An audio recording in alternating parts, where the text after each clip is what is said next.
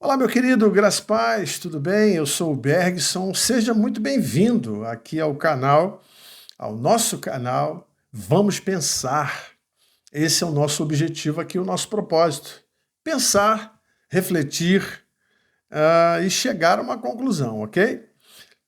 Primeiro eu quero agradecer a você, a sua audiência, obrigado por você ter se inscrito no canal, você fazer parte dessa família e também nos ajudando aí a divulgar, a difundir. Acione aí o sininho para que quando nós gravarmos mais um vídeo, nosso próximo vídeo, você já recebe automaticamente e você já vai aí curtindo e meditando naquilo que foi falado, pensado, né? E hoje, nesse vídeo aqui, a gente vai estar respondendo uma pergunta de um jovem.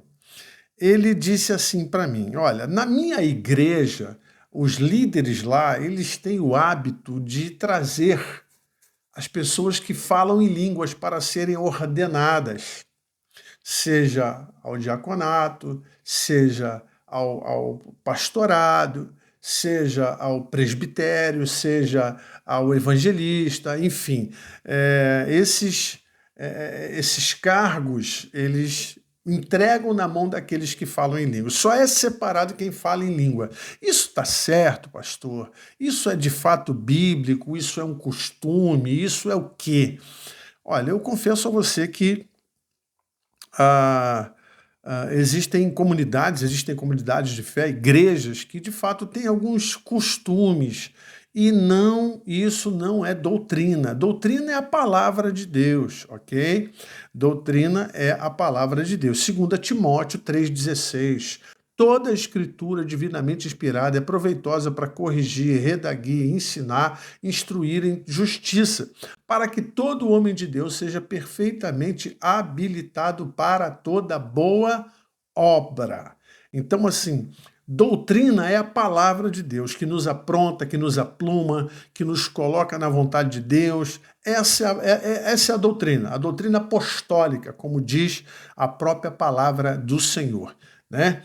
Que os irmãos lá atrás que se converteram, esses irmãos, eles eram introduzidos na fé, eles eram levados, e a Bíblia diz que eles perseveravam na doutrina dos apóstolos, eles perseveravam na comunhão, nas orações, no partir do pão, eram pessoas que de fato viviam a doutrina e não costumes, ok? Então a gente tem que separar bem isso, o que é doutrina e o que é costume de uma instituição. Agora, eu preciso responder a esse jovem, e tantos aqueles que também pode ser que tenham essa dúvida, do seguinte: a gente não pode opinar naquilo que se trata das coisas de Deus, ok? Você sabia disso? Você não pode dar sua opinião. Você tem opinião para tudo. Quem vai ganhar? Vasco ou Flamengo? Aí você tem a sua opinião. Você acha que o seu tio vai querer comer chuchu ou vai querer comer abóbora? Ah, eu acho isso. Então, são coisas que a gente acha. Mas a palavra de Deus, ela é absoluta, não tem achismo. Então a gente não pode andar segundo o que a gente pensa, mas nós temos que andar segundo o que a Bíblia diz, ok? Então vamos lá. Sobre especificamente esse assunto, está em 1 Timóteo 3, a partir do verso de número 2. Eu vou ler e a gente vai entendendo se de fato nós vamos encontrar fundamentos que nos levem que nos remetam que uma pessoa a ser ordenada, separada ao ministério, ela tem que falar em línguas ou não, ok? Vamos lá? Então diz assim, 1 Timóteo 3, versículo 2. Convém, pois, que os bispos sejam irrepreensíveis, maridos de uma só mulher, vigilante, sóbrio, honesto, hospitaleiro e apto a ensinar. Opa, no primeiro ponto aqui a gente não encontrou essa palavra, tem que falar em línguas. Não, a gente encontrou o quê? Olha, convém que os bispos sejam irrepreensíveis, marido de uma só mulher, vigilantes, sóbrio, honestos, hospitaleiros e apto a ensinar. Esse é o ponto crucial, ok? Esse é o ponto principal. Todos são importantes, mas o que define de fato e de verdade um obreiro o que define alguém a ser levado ao ministério. Lógico que todo esse processo é importante, mas tem um que está acima de qualquer coisa. Primeiro, ele tem que ser um conhecedor da palavra de Deus. Ele tem que estar pronto a ensinar os outros aquilo que a Bíblia diz e o caminho que essas pessoas têm que andar. Vamos lá, versículo 3. Não dado a vinho, não espancador, não cobiçoso, de torpe ganância, mais moderado, não condencioso, não avarento, e que governe bem a sua própria casa, tendo seus filhos em sujeição com toda modéstia. Primeiro ponto aqui é que ele não pode ser uma pessoa levada à bebida. Quando fala vinho, né, Efésios 5,18 vai tratar o vinho como o vinho da contenda, aquilo que tenta desviar as nossas atenções da vida espiritual, tentando encher o nosso coração, mas Paulo vai dizer, não sejam cheios do Espírito e não sejam... sejam cheios do Espírito Santo, ok? Então esse é um ponto importante, como Efésios 5,18 vai dizer, né? Não vos embriagueis com o vinho em que há contenda, mas sejam cheios do Espírito. Então, aqui tem uma ligação direta com essa questão, porque Paulo vai tratar disso também. Aqui está dizendo, não dado a vinho. Esse vinho pode ser alcoólico, pode ser uma bebida, e também pode ser... Esse vinho, ele tem uma tipologia das coisas do mundo que tentam invadir a nossa vida e tentam sujar o nosso coração, ok? Então, assim, tem que ser uma pessoa reta diante de Deus, uma pessoa que tem a sua vida libada no Senhor, ok? Não espancador, ou seja, não é aquele camarada que é agressivo com a sua esposa, batendo na sua esposa, entendeu? Não é um cara violento no seu cotidiano, entendeu? E não cobiçoso de torpe ganância, mas moderado e não condencioso. Não contencioso e não avarento, e que governe bem a sua casa. O que significa isso? Significa que esse cara é casado, ok? Esse aqui é um apontamento muito importante, ok? Para alguém que vai agora ser líder de outras pessoas. Esse cara tem que ser casado. Importante é que seja casado. E além de ser casado, que governe bem a sua própria casa, tendo seus filhos em sujeição com toda a modéstia. O que significa isso? Esse cara é perfeito? Não, ele não é perfeito, porque não existe perfeição. Ninguém é perfeito. Perfeito é o nosso Senhor e Salvador Jesus Cristo. Ele é o perfeito, nós não. Agora, quando falamos de governar bem e andar bem, ser o exemplo dos fiéis, isso é importante.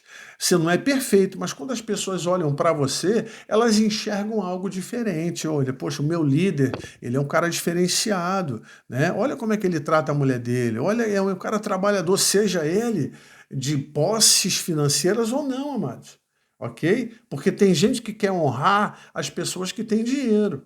Ah, não, meu líder tem isso e aquilo, então eu honro. Ah, o outro que vem de bicicleta, o outro que não. Querido, escuta uma coisa.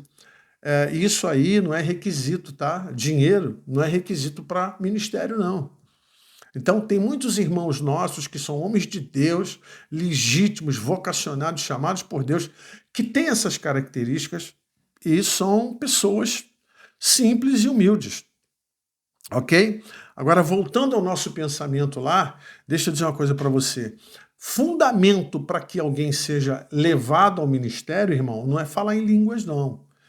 Você aí que é pentecostal, você que crê no dom de línguas, você tem meu respeito, mas eu queria dizer para você o seguinte, esse não é o fundamento.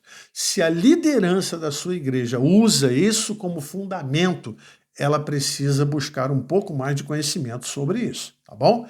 Porque os requisitos estão aqui, 1 Timóteo, a partir do 1, 2, 3 e 4, ok? Ali você vai ver os requisitos para um obreiro, os requisitos para um diácono, os requisitos para um pastor, os requisitos para um evangelista, os requisitos para um presbítero e um requisito para o pastorado, ok? Então, assim, não é verdade, isso não é bíblico que você tem que falar em línguas para ser levado ao ministério. E caso isso ainda esteja acontecendo na sua comunidade de fé, na sua igreja, é necessário que você possa pegar esse vídeo, possa mostrar para os seus pastores, você possa pegar 1 Timóteo 3 e dizer para eles, olha aqui, pastor, aqui está dizendo que os requisitos não é falar em línguas, isso é um costume, ok? Porque muitas das vezes as pessoas, elas fazem isso porque elas estão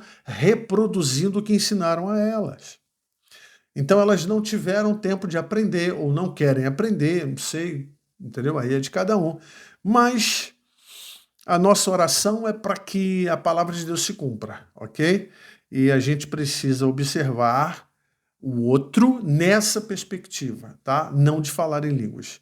Particularmente, eu não ordeno ninguém se for por falar em línguas. Não, isso aí para mim não tem absolutamente nada a ver. Até porque tem muita gente falando em línguas aí, meus irmãos, e a sua vida é uma desgraceira só. E outros que não falam em línguas, mas é uma benção. O cara tem a sua vida de trabalho, o cara tem a sua vida com a família, o cara é um cara libado no Senhor, é um cara que ama a sua casa, ama a casa do Senhor, enfim. E está lá, e não fala em línguas. Então não é o falar em línguas que diz se você é homem de Deus ou não, e se você está pronto ou não. Agora, uma das coisas que eu queria chamar a sua atenção, ele tem que estar pronto a ensinar. 1 Timóteo 3, versículo 2, parte B, parte final. Ele tem que estar pronto a ensinar. Conhecer a palavra de Deus e estar pronto para ensinar é um dos pilares fundamentais de você ordenar alguém. Eu espero que esse vídeo tenha te abençoado. Divulgue esse vídeo e seja abençoado. Muito obrigado, Deus abençoe você e fique em paz.